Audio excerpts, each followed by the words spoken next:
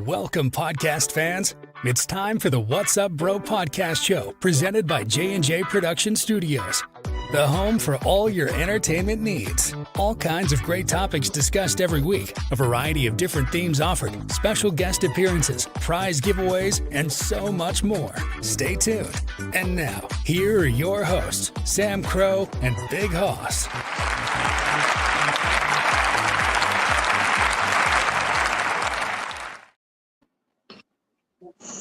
Hey, good evening. What's up, everybody? It is yours truly, me, Sam Crow, along with, of course, as always, Big Hoss. What's happening, Big Hoss? What's up? And tonight in the studio, we've been advertising it, but in case you missed it, and if you did, well, it's okay. We're going to tell you anyway. We've got a special guest joining us tonight in the studio. We would like to welcome special musical guest, Charles Barton. Charles, nice to have you here. Thank you for joining us tonight. Yeah, hey, thanks for having me. Oh, our pleasure. So what we like to do, and we're going to ask you again, as much and as little as you want, since you're new here and we want to get people to know you a little bit before we dive into your career and your music, is tell us a little bit about, I guess the simple question is, who is Charles Barton? I would say, long-term musician, and maybe in the past 5-6 years, turning it into more than just a hobby and wanting to share, my passion, my version of what I like in music with a wider audience. Okay. Now, what I usually like to ask this question, because again, we talked to quite a few artists. We've had some folks on before. I don't know if you've been doing this quite a long time, what was the moment? Where did the music become where this was like obviously a passion, but when did it become the whole, I really want to put myself completely into this. I want to, dive into this and make this really your thing. What was that defining moment for you there?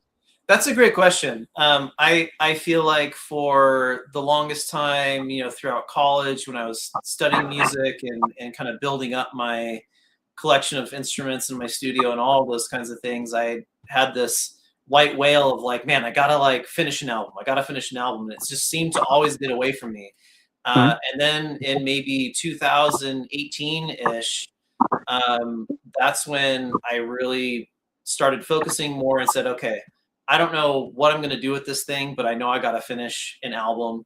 And so I did. And then that's when it became more real and became like a thing of like, hey, I can actually share this out now.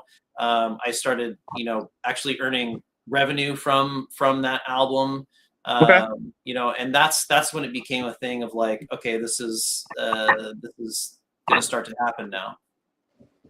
Nice. Yeah, no, I know it's kind of and I've dabbled in music there. It hasn't gotten quite to the level where you're at. Maybe one day again, I don't know. I'm kind of sort of circling back to it, but it's always interesting because, and I know from a lot of the guests that we have had, sorry, I should have done this before the show started so I can read some footnotes here, but it's also helpful when I have my eyes here. But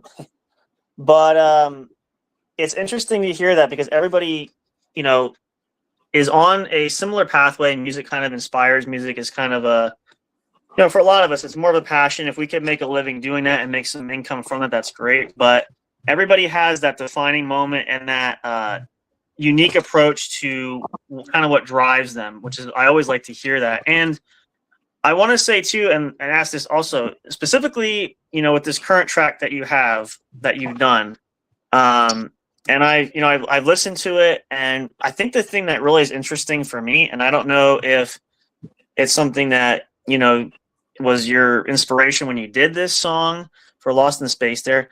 It's got that very laid back feel, but I kind of feel like the style of music that you have is, I kind of accredit you to being the musical artist version of, you're painting that picture. So I can, when I'm hearing this song, I envision like the paint strokes of a paintbrush going on a canvas. I don't know if that's a typical perception, if that's something you're going for. That's just kind of what I took from the song. It's got a very nice flow to it. So I don't know if that was what you planned to do, if that was an inspiration for it, how you crafted the song. Yeah, that's a really cool comment because art definitely does play a role in my inspiration, my process. And you can see I've got a couple of paintings back there Yeah. actually that my violin teacher actually made and bought. Oh, okay. So, like all around this entire studio is art. Nice. And there was definitely a lot of different inspirations that came together to make this track. Okay. But one of my favorite paintings, which is directly in front of me, is Empire of Light. Okay. And it kind of like definitely shows up in this. There's a contrast between like light and dark.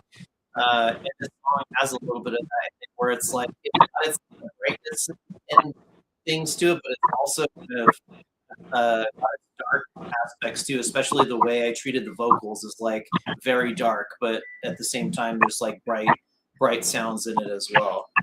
Yeah, no, it's a neat kind of thing, and like I said, everybody kind of has their unique twist when they do music, and again, everybody has there's all kinds of artists that do similar genres, similar versions, but there's always a unique twist to it, and I kind of like what you have there because it just I don't know, and every time I play that, I'm just kind of like picturing myself. I go right back to that visual, which is kind of unique, and so I think it's a kind of cool approach. I'm a big believer. I know it's not a common theme, especially in this day and age, but it's kind of like an old school feel where art really does play a part in it. I think all art forms of types of music are sort of similar that way. But I just kind of like that, and I really I like the approaches and just the combination of the beats that you do, and I had to be quite a bit of track layering doing that too, just because I know from the sounds. And again, I've done some similar things, so I know kind of a little bit how that tends to run. But now, how long in the process, obviously up until the point when you were satisfied with it, did it take you to write this particular song? Kind of like from start to finish. Yeah. Yeah. So the way I work is kind of interesting. The way I have been, I kind of change up my process a lot. But that began maybe about a year ago as just kind of like this beat, and it had that kind of like vocal sample in the background, and it had very minimal drums. It was like a kick and a hat or something like, and that was it. And then it had like a synth thing in it. So like maybe like 3-4 whatever layers, and I kind of just put it on the shelf. And then this year, winter came around. I started gathering these like darker kind of sounding tracks together, and I went back and I listened to this one. I'm like, I really think this could be a highlight of this like album for me. And so, I maybe worked on it for like a day, a year and some change ago. And then I came back to it and maybe spent a week, adding those layers and making it more like of a Charles Barton full solo kind of thing. And then spent maybe another week doing like mixing and mastering and stuff. I do spend a lot of time in that phase of it too, just to like dial in every like, EQ and panning and just all the mix and all that, I really like scrutinize things, and like I try to get it to sound the way I imagine it as closely as possible. So yeah, that's kind of the process. And I have so many, things on projects on the shelf just waiting for me to dive back in and revive. And it's kind of how I've been working lately. Yeah, no, that's incredible. And that's, I was going to say, that was kind of like my other question of it, is the process when you, especially when you work on a particular track or a song for so long. Obviously there's points of frustration because it's, same thing. I can understand like perfection type. You know what you're getting and you want to get to. At the same time, you want to put it out, but you don't want it to be out if it's not ready yet. There's all these things which kind of gets really frustrating. But like some of these projects and some of these tracks you're going for, you have this project coming up, Gray Thoughts. So what exactly now is all going to be entitled with that particular project? Is it going to be some more of this type of musical feel? Do you have other things that are going to accomplish company to sort of this kind of feel for music? Like what is all of that going to detail? Yeah, I do think it's in a similar vein. similar vocal treatments and that kind of thing, or it's like a darker take on vocals, simpler take on vocals. But there are definitely some variations. It's going to be a pretty brief album. It's about 5 tracks, including this one. So yeah, you can expect more of this kind of thing, and really the kind of idea that I'm going for here is exploring some of the more kind of in between kind of emotions where, you know, it's maybe some of the thoughts that run through your head at night, and you're just kind of like going through a gentle cycle of emotions until you can finally like get to sleep or whatever. But there's a lot came out in this album of just kind of me wanting to express musically some frustrating times that I've had in the past couple of years, some difficult times, as well as those times when I felt like I was growing as a person because of those things. And so there's a little bit of a touch of that in there too, where it's like there's definitely an expression of some of these negative emotions, but without regret of those experiences. Yeah, no, that's an awesome take there. How much, I know for me personally, I've thought of this, but, and you mentioned that too, like, a lot of these dark moments, all of us sort of have these, and I'm sure there probably some of the, I'm going to guess in your research for that, you have some psychological approaches when you think about the thought process to kind of help make these songs. How much of the musical end of it do you think, I'm trying to think how I want to say, like, plays a factor in, I know they say, like, for example, like if you watch movies and TV, that soundtracks really, you know, grip the emotional state. It's not so much the action on the screen or the drama. It's the music that really captivates and pulls people in. How much of that, I guess more of the therapeutic sense, do you think maybe like music, like what you're doing could be helpful to people, if that's a good term to put that one? Do you feel like these type of things people need more of, that they're not paying attention to, that, you know, like a music therapy, you know, again, you could use this to kind of help in those dark times? Absolutely. Not, you know, a lot of these tracks that I put together, you know, some of them are like started a couple years ago when I was going through those difficult times or situations, and it was my way of expressing how I feel about those things. And, you know, so I went back and said, okay, well, maybe I should like put these things together as an album. But that's definitely part of it, where for me, it's definitely a way that I process things that happen in my life, and to kind of record that, put it down, and then share it with other people. It's definitely a strong basis of this album to share that with people in hopes that, you know, if they're going through something difficult, then they can hear this and help channel some of that negative energy out towards something else and not at themselves. And also kind of look at this album and say, oh, hey, like, well, you know, these things are happening or whatever. And like, you come out on the other side of them. So to be able to look at them as not tragedies or something, but actually growth experiences and, you know, ways that, you know, it just happens. That's kind of like a huge part of life. And to be a little less tragic about them, even if it was something very severe. Like I've gone through a lot of, you know, severe things in the past few years, and Sure. To look at them as on the other side of them and not look at them with regret, but look at them with more of just this acceptance of like, well, that's what happened, and now I'm here, and it probably made me a better person. Would I want to go through it again? No, but I did, and that's just what happened.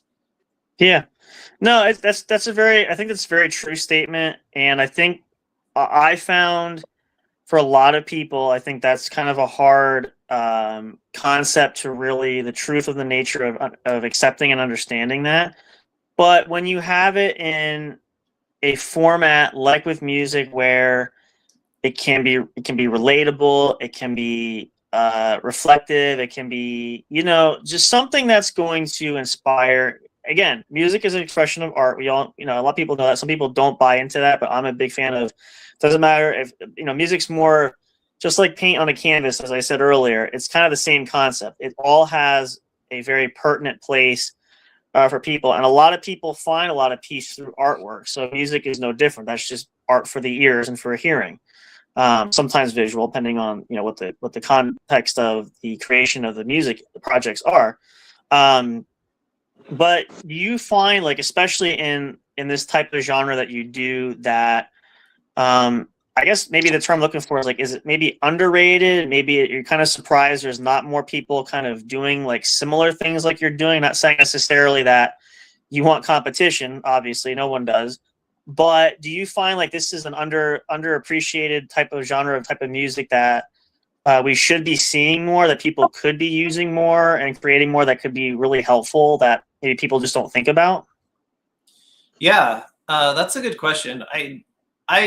I do think it's underexplored, and what I've done with this album is definitely a combination, and maybe in very light ways of many different genres, and kind of both, you know, things that I've kind of borrowed from recent pop music and things that I've borrowed from, you know, some of my favorite electronic artists that I've listened to over the years.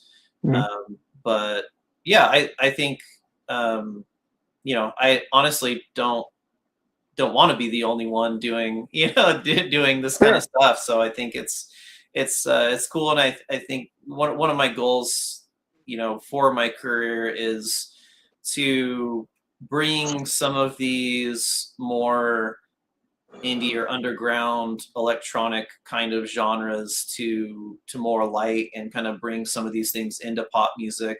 I won't say that this album falls under pop. I think there are pop like qualities to it, but definitely my future work, you know, will be, I'll try for kind of a more representation in the popular world, just to bring a wider audience and more light onto, you know, genres like this.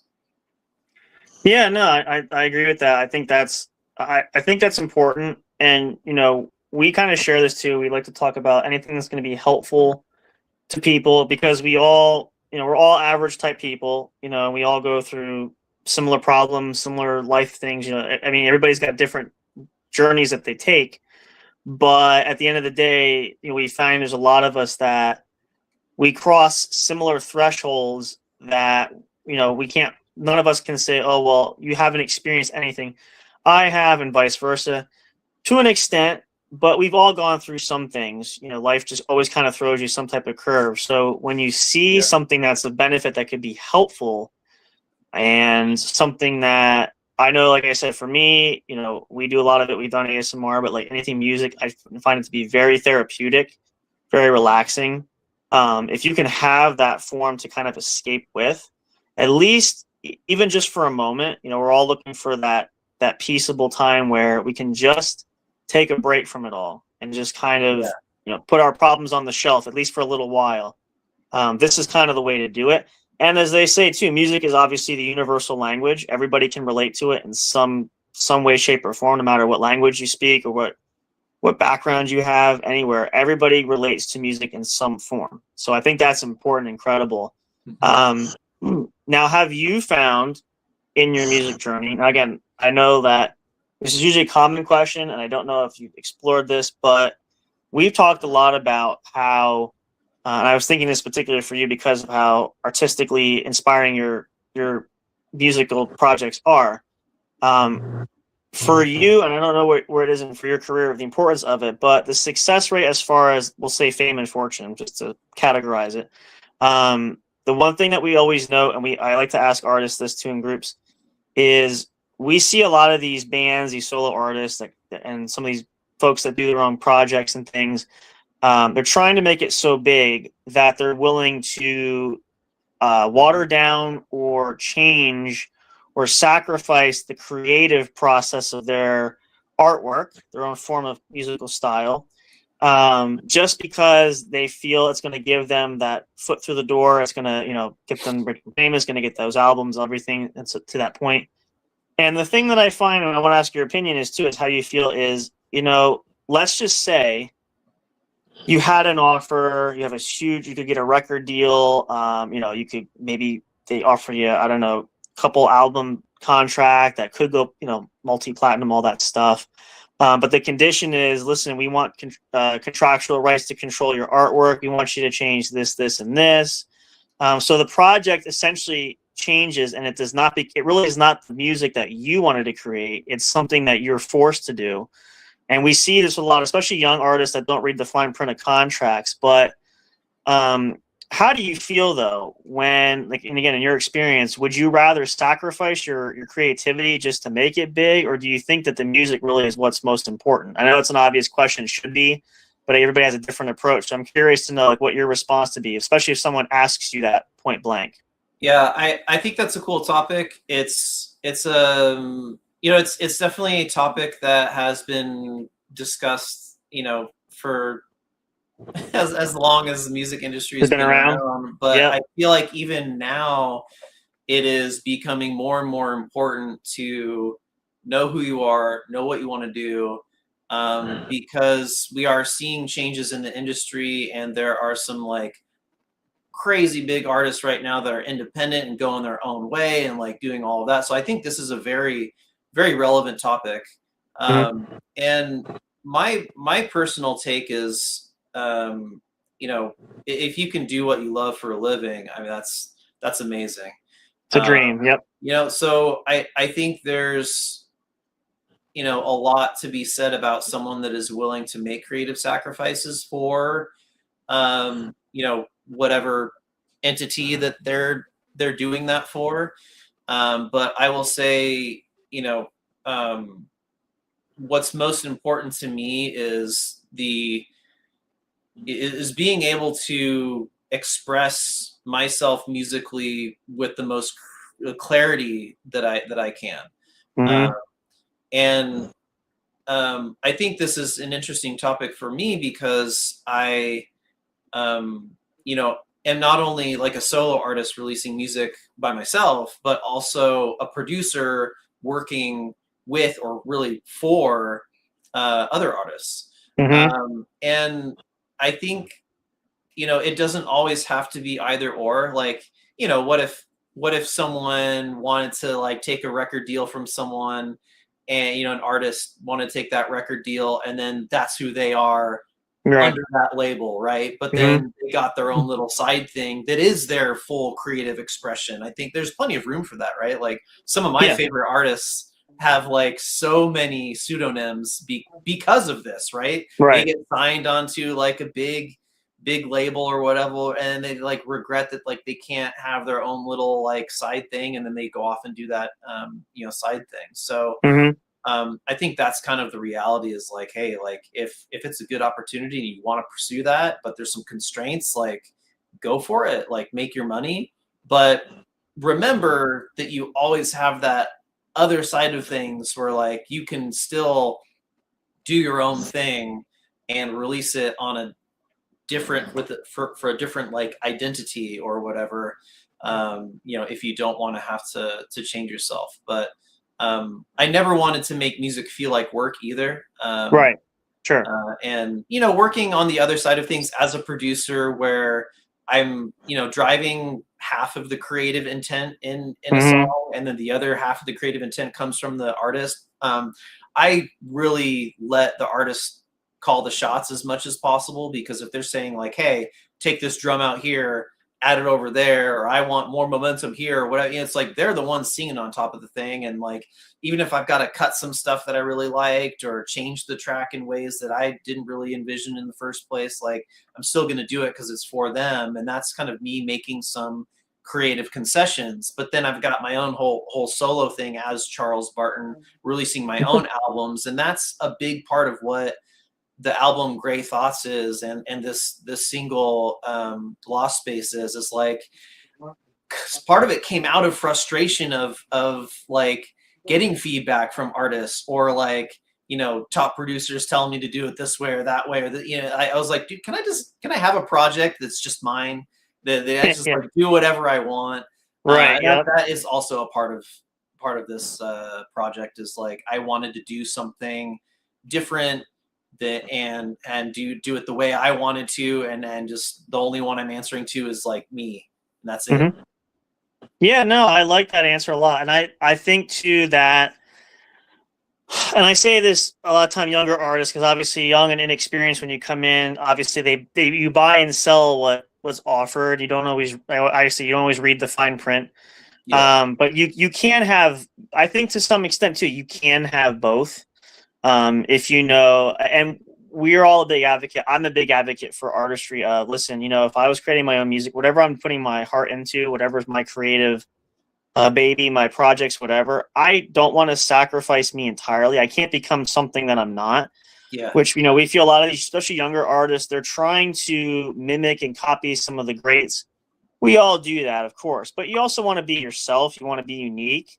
So I think there's got to be that balance, which you're talking about, which is very crucial. You got to know you are in control, that you do have the ability to, especially for example, say no. If the timing's not there, or you feel a project isn't right, or I know some cases, depending on what studio where you sign, whatever the contract is, if you're giving away too much free creative rights there, you don't want to do that. You don't have to be pressured into anything. Sometimes it's just getting it out there, and the experiences and self-promoting and all that kind of stuff can play a factor too. Or there could be concessions. Again, you can make room for both. So I think that's very important. I think that's big. I do want to explore a little bit further, because you mentioned the producer side. So I do want to ask that question about a little more about detail about that. But I would like to do for you guys at home, we're going to take a short pause here. If anybody needs, we'll get a bathroom break, refresher. We do want to play Charles's song here for you guys to listen to it, Lost in Space. We're going to talk more about that. Obviously, at the end of the show tonight, we're going to share where you can find and you guys can follow, keep up with Charles. So when these projects come out, you guys can stay up to date with that. So you guys can sit tight here. We'll be right back. I'm going to put everything up. We're going to play Lost in Space, and then we're going to come back because we got some more stuff we're going to talk to Charles about. We're going to pick his brain, get all the inside scoop, all the details there, and see what else we can learn there. And again, if you guys are enjoying this and more, please make sure you're following us. We have other artists and people on, a lot like Charles, that we can share for you guys to be able to learn something from. Hopefully this is also, again, our content is to inspire people. So hopefully if you guys are looking for some new music, we help the guests here, and also help anybody who's maybe going through similar things or need some advice or experiences. And also, again, remember too, we do have comments online. So if you guys have questions, if you want to ask when we have guests on too, you're welcome to do so. We'll be happy to post it live. It'll appear here. We'll give you guys a shout out there. Please do not be shy if you want to. If not, it's fine as well, but that option is available. So we'll take a short pause here. We're going to play Lost in Space for you guys. Check that out. One of the newer tracks here that Charles has put out for projects that he's working on for an album coming out as well, which we'll talk more about when we come back. We'll take a short pause. We'll play a couple of tracks, a couple of commercial breaks, and then we'll be back. So please do not go away. Stay tuned for more. We're going to be right back. We'll be here. We want you guys to enjoy that. So I'm going to throw up our background. You're still going to be able to hear me here in just a second. I want to put this up. But please enjoy that. We'll be right back for more, but enjoy this track. The first track we're going to play is Charles's song, Lost in Space. Let us know what you guys think. We'll be back shortly for more. Stay tuned. Do not go away. You don't want to miss what's coming up next.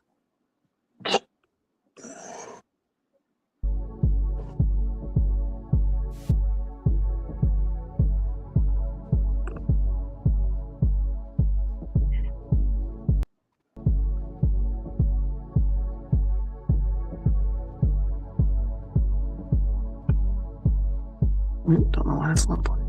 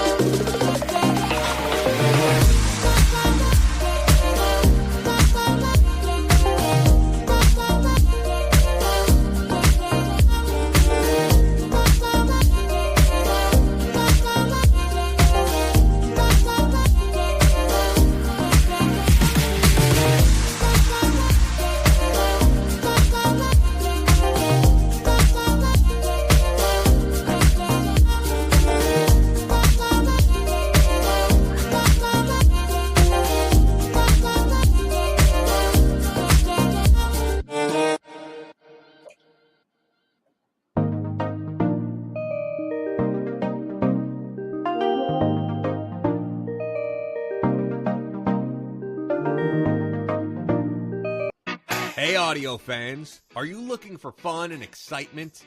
Have you been searching for that special show? You know, the one complete package you want in a podcast? Then check out the What's Up Bro podcast show and experience what true entertainment is all about. Stay tuned and don't miss the action.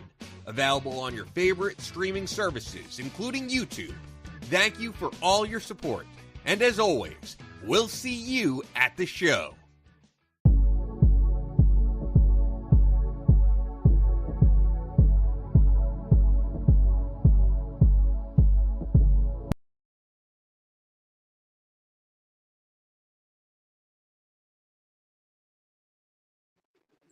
All right, welcome back, guys. Sorry about that. I'm not sure why the track didn't play.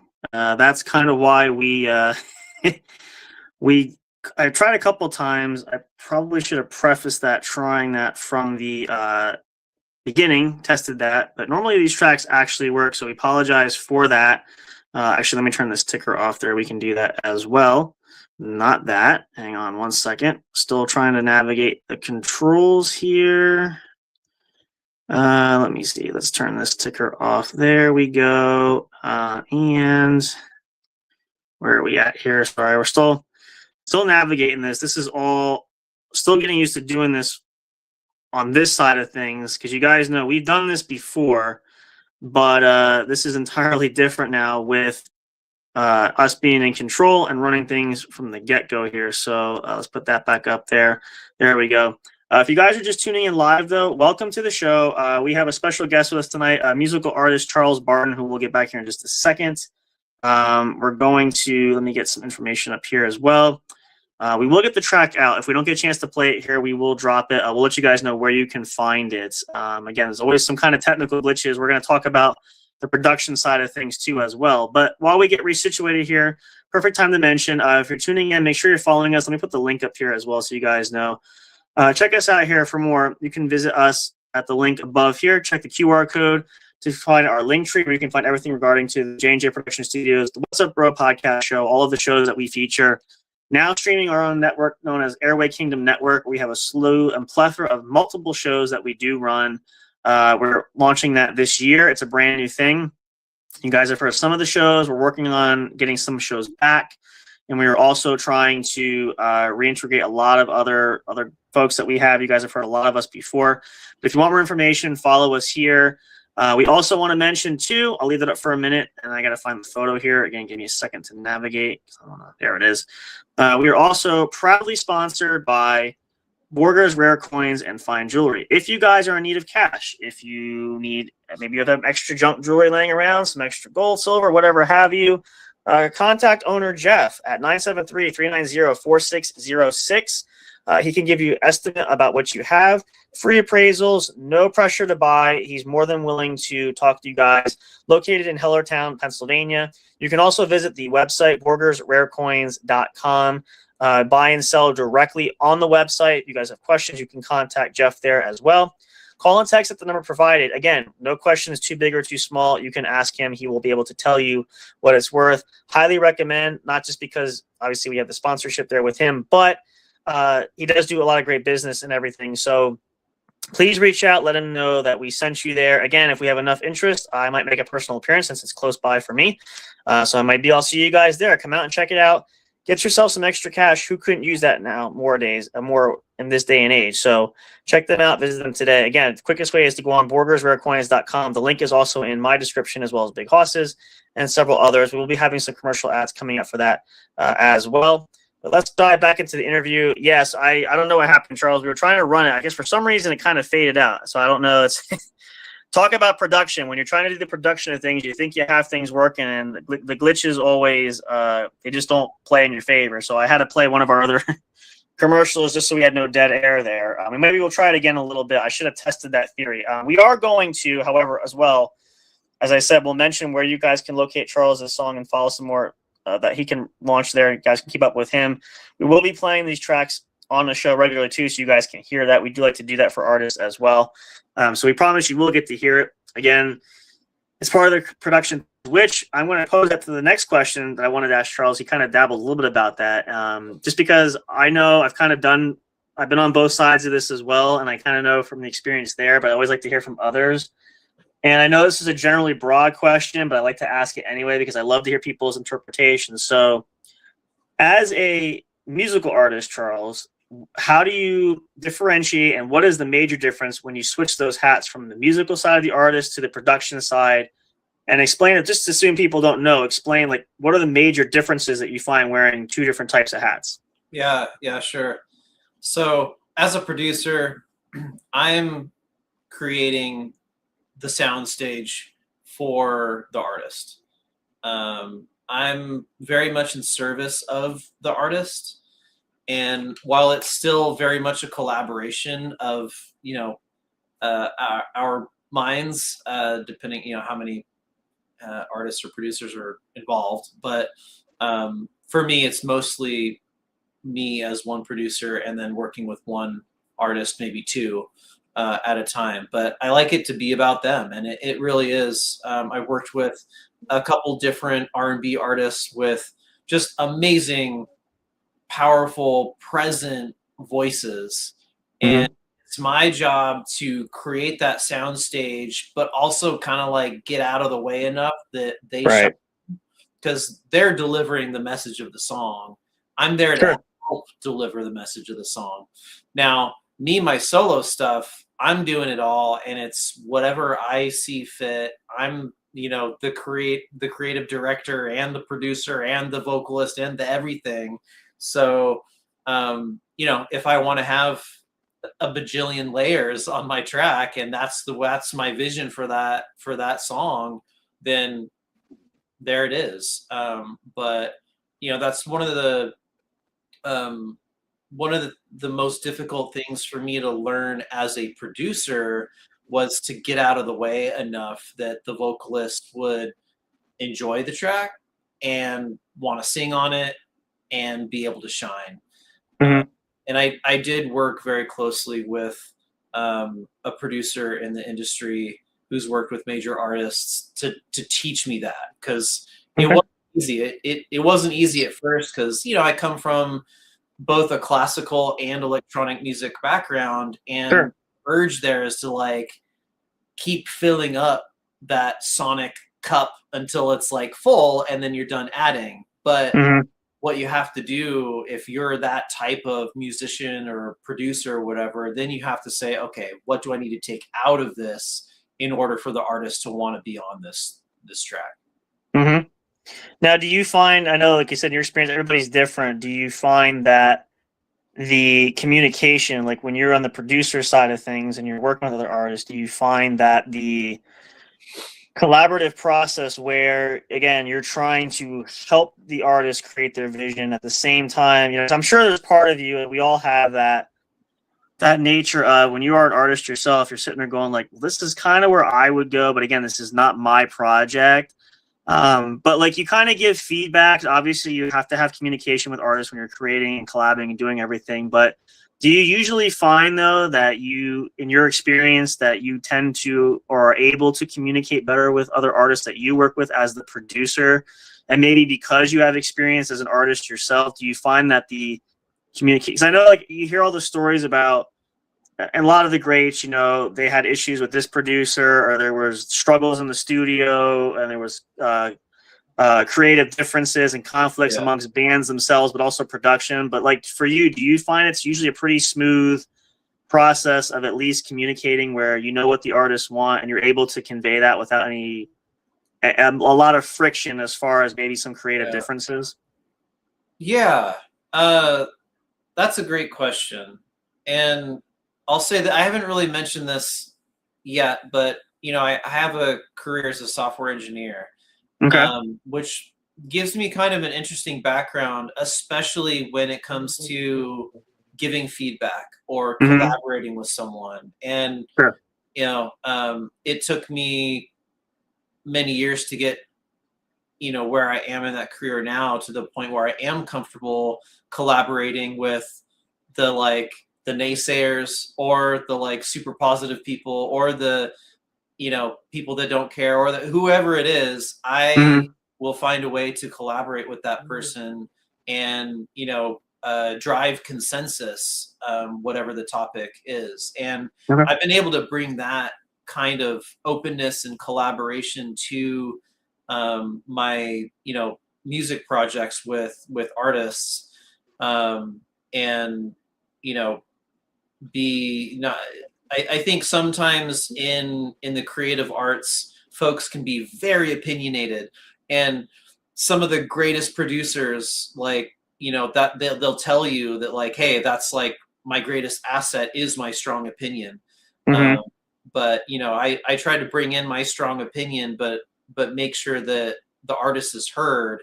And ultimately, if they want to go one way and I want to go the other way, I believe it's up to the nature of the project. Like, what is this project about? Is this like our project, or are you hiring me for this project? Or Yep. is this something we're going in 50-50 on? Because Mhm. I've done it both ways, right? Where someone's they're going to pay me to produce some music for them. And Right. ultimately they're kind of in that creative director seat. And then there's other projects that I've worked on where our goal was more around like sync licensing and pitching it to publishers and that kind of thing. And then we're 50-50, and we're more about having an equal voice in it, and working through our creative differences until both both parties are happy with the decision. Right. Yeah, and it makes sense. And that I think that's the hardest part too, is like you said, everybody's got an opinion, and again, I know because I've sort of had these conversations. Same thing, music, and same thing with running shows, kind of like these. Especially when you're working with a multitude of people. I've been in the band settings. I work with different people. There's always creative issues there because everybody has their own take on everything. So it really is a lot of work to try to at least keep some kind of unity, which is, I know when people look at it, they say, oh, it seems so easy. And it isn't, because, it could go south pretty quick. And, we see a lot of artists, potential up and coming artists and groups, that it kind of falls apart before it even starts because the ego kind of thing kind of gets in the way. So I think that's really key. But when you look at it too, and if you had to pick now, this is kind of a double-ended question because there's kind of two options to look at this. From the production standpoint and then from the artist standpoint. So as a producer and then as the artist, what is one challenging thing that you have found for the producer experience, and what's one challenging thing as an artist that you have found through all these creative processes? Yeah. Well, it's hard to pick just one. Just one. I would say I think my biggest challenge right now as a producer for someone else is driving it home. Like when I got into that side of things, being a music producer, I had no idea the difficulty it is, especially doing remote collaboration with people, like working with people across the country. Sometimes projects don't get finished. They drop off. And like me, and maybe this comes from my tech background, but like, I know how to manage a project. I know how to finish things. I know how to like get a timeline going and like try and set dates and stuff. The music industry, I mean, I'm sure that there are commercial projects that operate under similar constraints, but in my experience, it's like sometimes I've had to like really reach out again and be like, hey, yo, like, were you done with those edits? Like, or even now I'm, kind of working with new artists, and that's a whole other ball game where it's like I'm working with a couple of like artists earlier on in their career, and they're still in like the writing phase. I'm like, whoa, wait, do you want help writing? Like, because I'm a writer too, obviously. I do my solo projects. I can write lyrics, and it's hard to kind of like give them their time and everything when a few weeks goes by and they still haven't recorded their vocals or sent me any ideas for their vocals or things like that. That's my biggest challenge as a producer, is really like wrangling folks to like come through on what they were, supposed to deliver to me as the like essentially the project lead. Because the way I work is they'll send me their recorded vocals, or maybe they'll come here and record them, but they need to be writing and recording or whatever and coming up with their part and then sending it to me, and then I reincorporate it into the project, and I'm owning the masters and everything. And then I'm, putting all that together and mixing and mastering and all of that. I think it'd be a different game if I was like shipping off all of my like, project files and stuff to someone else for them to finish. Like, I'm kind of like trying to drive this thing home, and then they're just like not following through. So it's hard. You got to stay on top of folks. Like you got to like message them, email them, text them. It's the whole thing. I know. Yep. Yeah. And there's a delay. That's one of the hardest things too, is learning patience, working with artists, because being in the tech industry, you do not wait longer than like an hour to reply to someone's message. In this fast pace, like the way the tech industry is going these days, today. Like, a day is just way too long. But for artists in the music industry, sometimes they won't even reply for like 3 days. Or they'll forget to reply, and you reach back out and like, oh, sorry, let me get that to you in a week. Like the timelines are like way different, way off. So that's been the hardest part for me, being a producer. Okay. I think my challenge right now as an artist is, I think I've gotten to a point in my music career where I'm 100% confident in the quality of my work, even though I'm a little bit of a perfectionist. So I want to get better at the mixing and the mastering. Oh yeah. A better producer, and getting better at writing chords and all of it. I'm constantly trying to like get better, but I have reached this like line in the sand where it's like I'm confident in my stuff that it's ready for a mass audience. How I get there is a big challenge, because right now I'm not working with a manager or anything. I'm seeing where this goes, just me solo doing the whole thing. You're in it. I'm the marketer. I'm the everything. You're the whole corporation, the whole company, HR. You're everything. Exactly, and that's the challenge. It's a sole proprietorship that I have. I don't have an LLC or a corporation or an org or anything.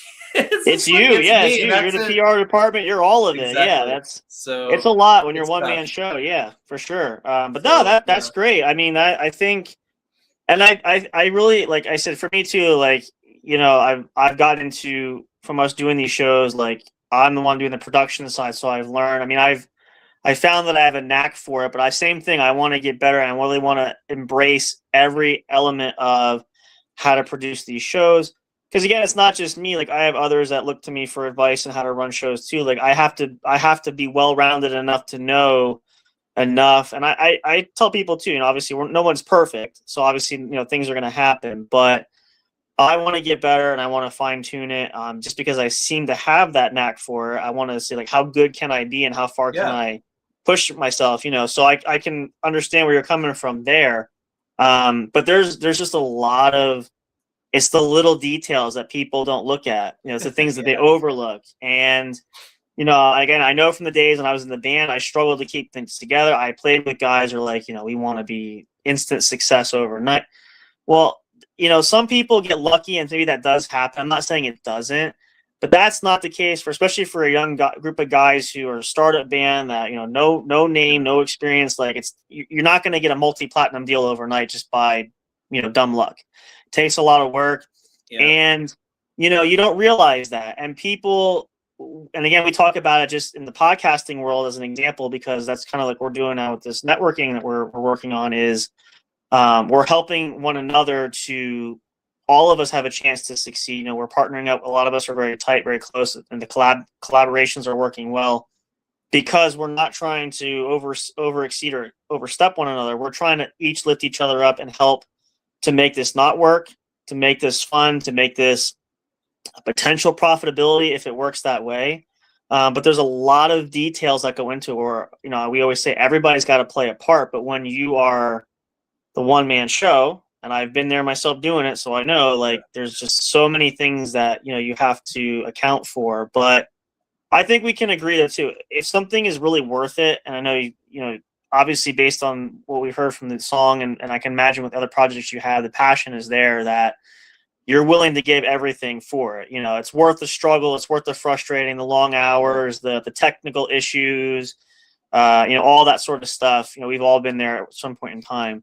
You just got to kind of stick with it. I think that's for a lot of younger groups in music or anything too. When the push comes back and it's harder, they tend to walk away because, oh, this is just too tough, or they're not willing to stick it out through those lumps. So, which leads me to, this is a big question I ask a lot of people when they share this. This is a more of a personal question too, but as either as a producer, as an artist, as both, as someone who's had experience in being in the music business, specifically in the industry, what is, and I know this is a broader question, but just simply put, what's the best advice you would give to, say, someone who may be starting out, someone who may be struggling, that's looking at watching this and hearing what you have to say and thinking, I need some kind of words of encouragement, inspiration. What would you say to that person or persons right now?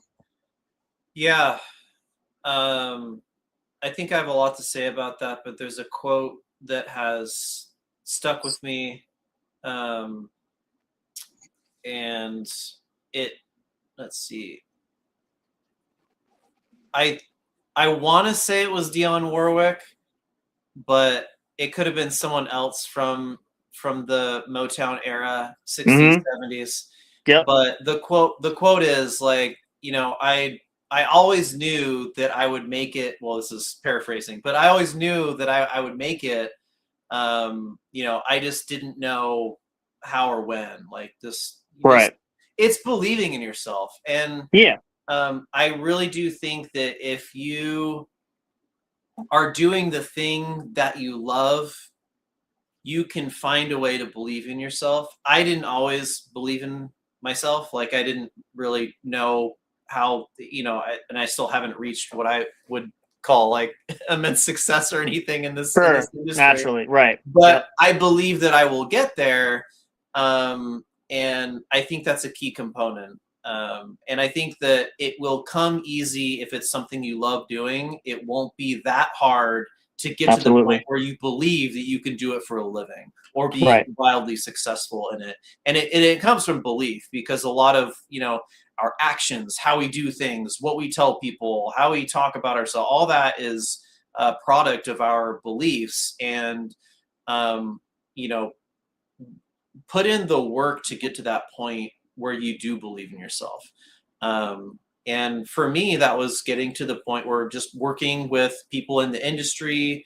I thrive with mentors. Like I've had mentors in the tech industry, mentors in the music industry, but getting that point where I was, confident in my music. And then I started believing in myself, like, wow, this stuff is good. This is good enough to like put out there, and like it's going to go somewhere. And then I really started believing in myself. I think that's what it's about. And if you really love the thing that you're doing, like I think, life finds a way of like making you believe in it. Just you love it so much, like yeah. No, I totally agree. That's why I said, like, I still have the passion. I'd love to get back into music to do it, obviously. And just on a personal, for me, I shared this where, I tried that route. Maybe it wasn't quite that way, but it led to the podcasting route, which seemed to be the quintessential other door that was opening. So, and I had people ask all the time, like, we've been on the air. We've all had struggles. Like I still, as you can see, we have technical issues that never seem to go away. And people always ask, me, why do you do this? Why do you, push forward? Why do you go through? Because we do love it. Because obviously, yes, we'd love to make a career living out of this. And again, I'm optimistic. And for all of us that worked hard at producing a lot of this content, I think we can do it. It's just, again, like you said, that's the perfect quote. Not if, but when it'll happen, as long as we're dedicated and we're willing to stick it out, which again, a lot of people want, as we say, instant success. They want it just like that. And you got to understand, it doesn't exist. Sometimes like these billionaires that create an app, for example, that it goes huge overnight, or maybe you have a one-hit wonder that goes big, or There's I'll say rare that cases. it looks like it's overnight, but like really all the work, it comes down to a moment, right? It comes down to like your big break, but getting to the big break takes so much effort and so much time, and nobody sees that. Exactly. And that's why it looks like people make it big overnight, but really you talk to that person, they're like, no, I worked hard for like forever to get to that big break. Yeah.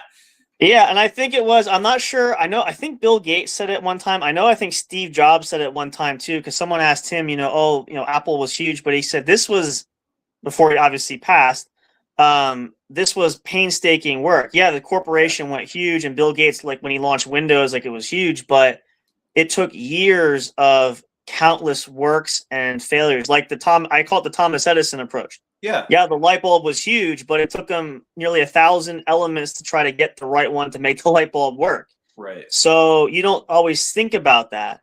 And so, yeah, Bill Gates made it huge. Yeah, even, just I'm trying to think some of the big business wigs. Some of these big ones, Jay-Z and these huge Michael Jackson and the Beatles, and you go on and on and on. Yeah. They made it big. But where they came from, the struggle. I like a lot of like these documentaries that showcase humble beginnings, because people don't see that when they reach the stardom. Like I just watched one recently since passing, Ozzy Osbourne, like where he came from and how it led to, he's this big iconic star since Black Sabbath. But when you see the humble beginnings, you don't realize the work to get to where you are. So I think that's really the hardship. And again, we have all had artistic experiences where we've seen that and it's hard when we know that, but you're trying to explain to someone else who doesn't understand the tech speak or the business speak of it. And so, I think that's all part of that as well. But I like that a lot, because that's kind of the same thing I tell people is, you can get there. And I think I say too, as you said too, success is measured different ways. Depends on what your goals are, what you're trying to do. I tell people, I'm not going to lie and say, well, if your goals are to be a billionaire and have all these out, I'm not saying it couldn't happen, but maybe you want to set realistic, like small goals to climb the mountain. You don't climb all the way to the top. You got to take a step at a time to reach that goal. Kind of like in the sports world, obviously the big games we have, a lot of these teams, they work at it, but it's not, you don't go to the championship game. You have to build through the season. You have to try to make it and so forth. So I think that's really important. But when you look at it, we talked about the genre that you're in, but just in music in general, I know there's been a lot of misconceptions. AI is changing a lot of things. It's a different age, different whole generation of new beginnings for things. But just looking at music in a whole, and it's been around since the dawn of time. Essentially, it's been around a long time. But what are for you as an artist too, hopefully, and maybe for future generations, like what are your hopes like for music in the industry? I mean, as for just the quality, maybe not so much quantity, but do you kind of hope that it kind of stays to its original roots? Like, I don't want to see like too much. Obviously, it's about profiting and stuff, but you don't want to see it kill, because a lot of that kills an industry too. But like, what do you kind of have hopes for? Maybe for you to inspire someone else and to see other artists come up for the future. Like, what are your hopes that we'll see something from music down the line? Yeah, one of the things that I hope is that music will continue to grow its voice of, positive influence in the world, and to have a nice intersection of, positive messaging, but like quality and creativity of the music itself. That's just one. I think music can really bring people together. Absolutely.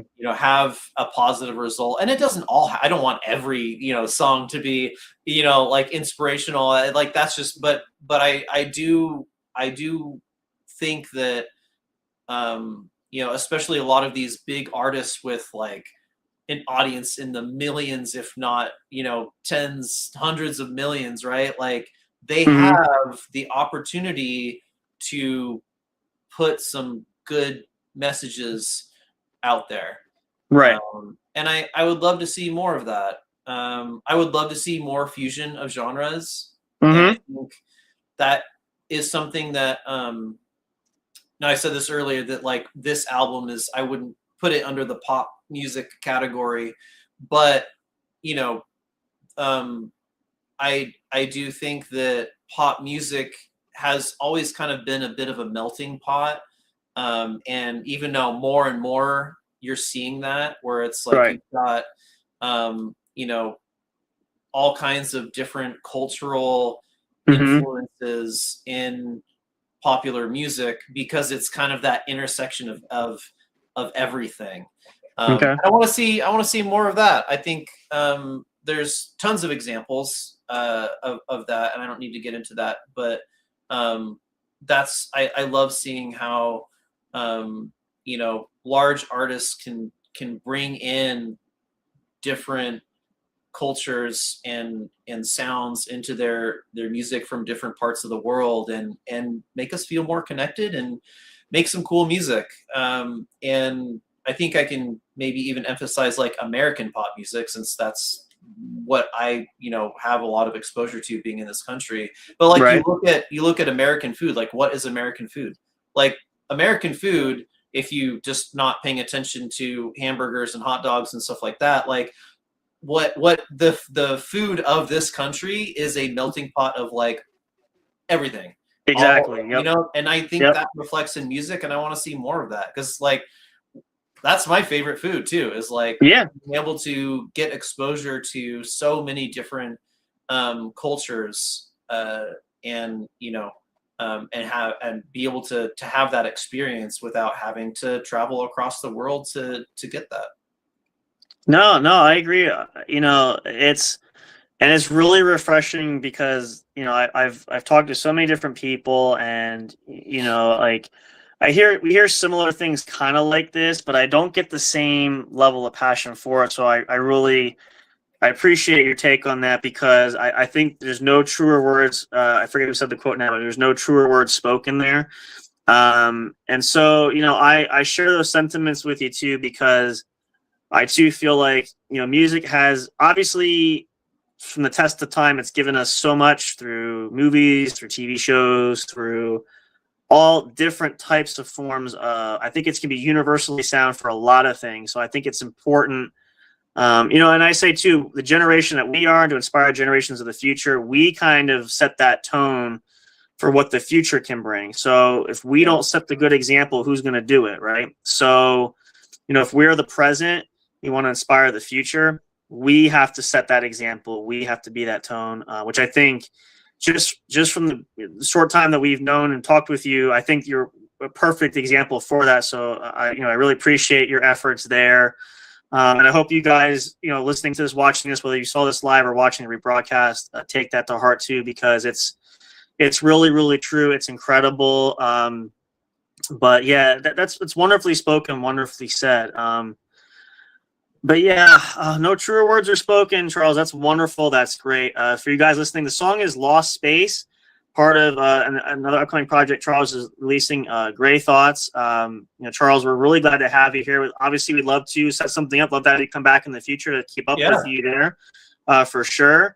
But before we do let you go, I always like to put this out there, because people say this is the shameless plug time, but we have to do it. So tell the audience here, where can they find Lost Space? Excuse me, I get that confused with the title that comes into my mind there. Lost Space, some projects. They can find your work. I'll let you share that. Take it away. Where can we find you? Yeah, I would say head on over to Charles Barton, Barton, charlesbarton.bandcamp.com. And if you're a Spotify listener, you can head over to Charles Barton Music on Spotify as well. But you know, I really want to get folks on that Bandcamp page so that they can download it, and I've got the instrumental version there too, if that's your thing. I always think it's cool to have both. So yeah, head on over. That'd be great. Yeah, and if I know we didn't share it through the company there too, but everybody knows too, it's public knowledge. If there's anything that you want to share, our business email, it's j_jproductionstudios@yahoo.com. If there's anything you want to send to us that we can facilitate for you, we'd be happy to do that. It's completely up to you. I just want to put that out there. You're welcome to do so. even that link or anything that we can download. Because again, we can share links on here. So if there's anything that you can point us to, you can hit us up there for our business email. We'd be happy to help you out. But we hope you guys enjoy this. Charles, again, it was such a pleasure to have you with us. Again, we look forward to having you come back. We'd love to keep up and see where you're at down the road. But check it out, you guys. Again, if you haven't, I know we want to play the song. We're gonna keep it on our track so you guys can hear it. We're gonna do some editing, like you said. The production side, there's a lot of little bugs you have to work out. So I will work on that, promise. But we will be playing that song and many others there. I'm sure we're gonna hear a lot more from Charles. But make sure you guys go visit that. Check it out. Give them a listen. And Charles, of course, as always, we wish you the best of luck going forward. We hope things continue to progress. Take that world by storm. And again, hopefully a lot of you guys listening, if you were, maybe you have your own music or you were struggling or not sure what to do, hopefully what we heard from Charles tonight will inspire you guys. It's kind of what our main focus and goal is when we bring people on, is to obviously help give you some exposure to a new audience, but we want to help people as well. And we always find that we are all have gifts and we all do things in a unique way. And that when we share these experiences, it just it can only benefit one another. We're not doing it to flaunt it. We're not doing it to, try to say we're better than anybody else, obviously, but it's just the means of helping one another. So we hope that does that for you guys at home that's viewing this and listening to everything. So we appreciate that. We're looking forward to hearing more, though, from Charles. And again, you guys, make sure you check it out. The song is incredible there. You guys got to find it, listen to it. Again, we're going to play it. We'll get that going for sure. But Charles, again, thank you so much for being here. We'll keep in touch with you. We'll hope to hear more from you from the future. And for you guys at home listening too, thank you so much. Stay tuned for more. I'm actually going to put this up one more time here just for you guys. If you missed it, the link for all of our information for more interviews like this. You can click the QR code. You can also, I can put it up here just so I have it here. I think it's here. I'll run it through just in case if you're old school and don't know how to use a QR code, and believe it or not, there are some folks out there. We have our link tree there at the bottom that has everything that revolves around us. So when we have guests on, we'll give announcements. You can check out our website as well.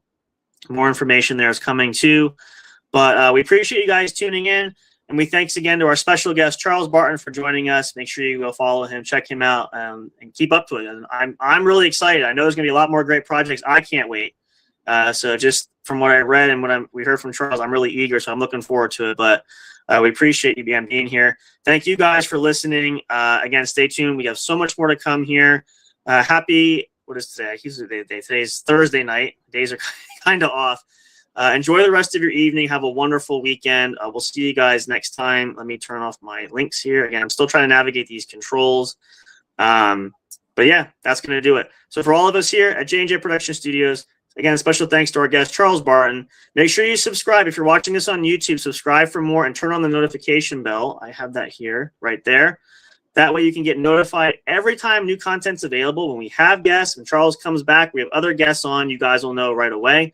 It'll give you the alert. You can tune in. You can share it. We're going to advertise more ahead of time, too, so you guys know. We do that on social media, so you guys can catch the latest episodes. But a lot of great stuff to come and so much more. So thank you all for being here. I'm going to put this screen up there. We're going to play the outro to go out to end it. Until next time, you guys, good night. Thank you all. Charles, all the best. Take care. We'll talk again soon. And all you guys, we love you. Appreciate the support. And we'll see you next time at the show. Good night, everybody. Have a good one. We'll see you next time. Thank you for listening to the What's Up Bro show. Catch all the latest live action on your favorite podcast streaming services, including Spreaker, Spotify, iHeartRadio, and more. You can also check out episodes on the studio's official YouTube channel. Subscribe and become a member today. Don't forget to also turn on notifications so you'll know when new content is uploaded. Stay tuned and don't miss a single moment. We love and appreciate all your support. And as always, we will see you at the show.